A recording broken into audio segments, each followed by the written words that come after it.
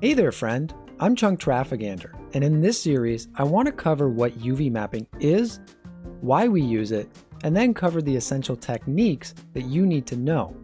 If at any point you interact with a 3D model in a game's production lifecycle, it's likely crucial that you have a fundamental understanding of UV mapping.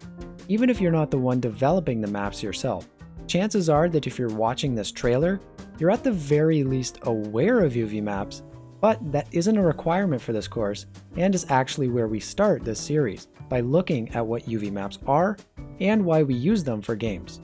Early on, we will get some hands-on practice looking at developing some very simple UV maps on primitive objects, and build upon the topic of UVs one major concept at a time. After each concept we learn, we'll look at a more practical example of that topic to help give you the confidence when you're likely to come across a very similar challenge in your own work. This course takes a theory-practice approach in an attempt to face you with a challenge, understand how and why we would need to overcome this particular obstacle, and then present a hands-on workflow example that should be achievable in the modeling application of your choosing. Later on in the series, we'll also cover 3 types of models that you would encounter in games and the various ways you could approach each model.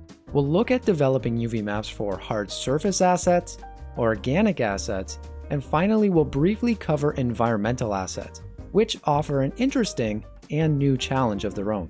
We will end this series by exploring 2 more techniques that will allow you to further optimize your UV maps and understand situations where attempts of further optimization may actually be detrimental instead. Now, while I do use Blender to demonstrate my UVing examples, the topics discussed in this series are completely software agnostic. All major modeling applications will offer the appropriate tools to get the job done, and ultimately, the concepts really don't change just because the software has. Whether you are completely new to the idea of UV mapping, or have been around them for a little bit, and are still a little uncertain as to how they work, I assure you this is the course for you.